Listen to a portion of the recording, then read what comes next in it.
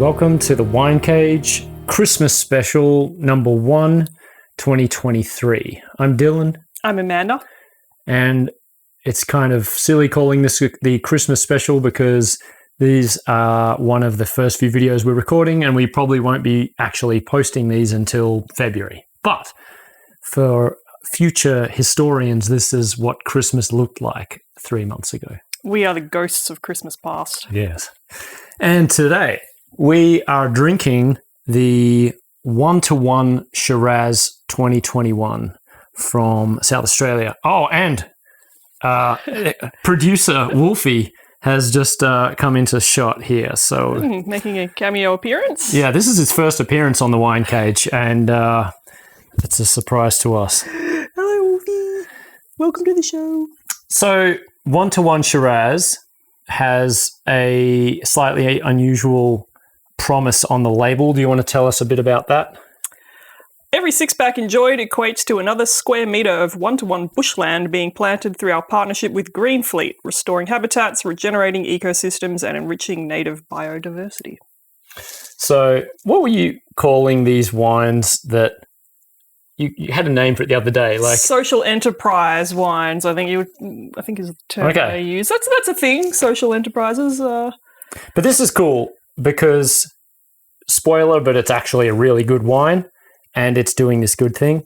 So you could buy 6 bottles of this and just sit on your couch and just toss them back and think about your life decisions while knowing at the same time that a square metre of foliage is being planted that will be habitat and help the environment.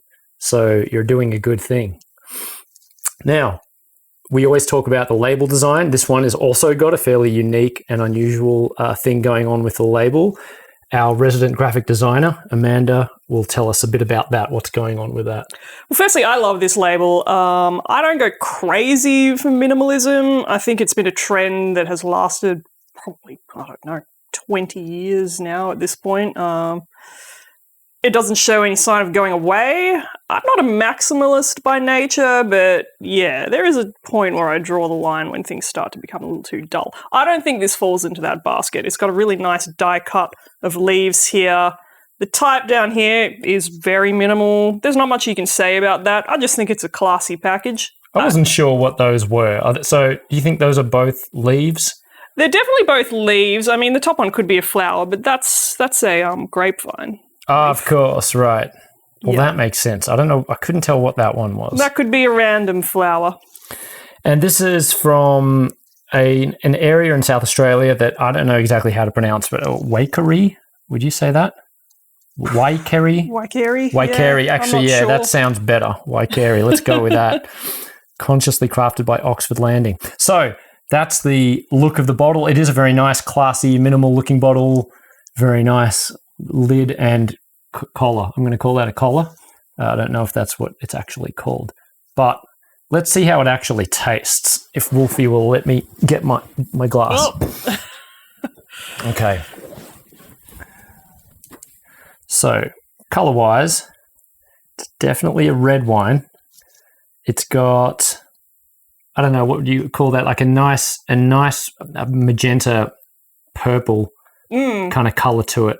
Yeah, it's a deep sort of magenta. Nose-wise, it's very smooth, a little bit floral, dusty.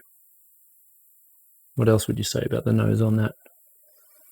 It's rich, but it's not super complex. I think it's just kind of a good-smelling wine. Yeah. My notes I had written down were just dry, dusty, and floral. Let's see how it actually tastes.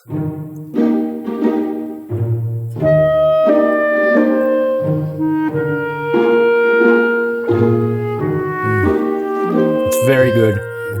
It's got a nice spice, like a decent strength spice up front, but that quickly just disappears and fades away into a very smooth, rich, velvety taste. Have you got any other adjectives you'd like to say about this wine?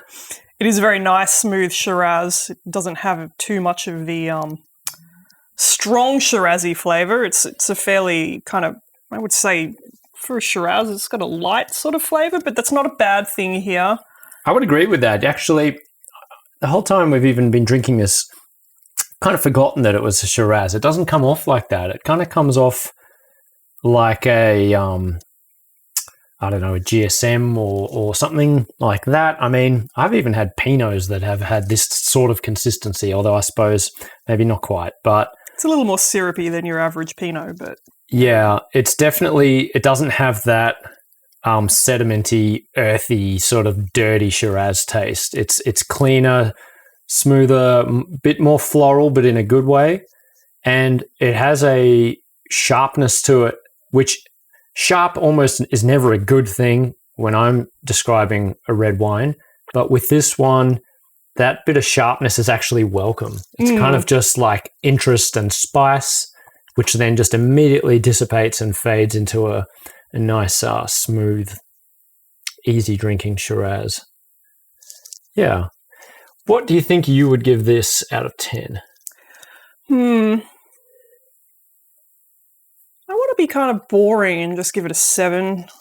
Like we've given most wines lately a 7, but 7's not a bad score to get. It lacks complexity a little, which, you know, that's some of the excitement in wine drinking, I think. But again, it's a solid drinker. It's I would not be angry about buying more of this. Yeah, I agree. I really like it. It lacks any powerful characteristic to push it up into the 8 range. So for me, it was a 7 or 7.5. I think I'm going to agree with you and call it a 7.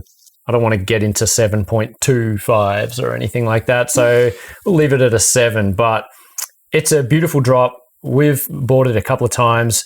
It was $18 from Dan Murphy's, and this is in December of 2023 here in Victoria, Australia. And yeah, we will definitely be buying One To One Shiraz 2021 again. I really like it. So thanks for joining us again on the Wine Cage. This has been Christmas special number 1. We'll be doing one more before Christmas on Monday. And yeah, whenever you're watching this, I don't know what to say. Season's greetings, whatever the season might be. Yeah. Cheers. Cheers.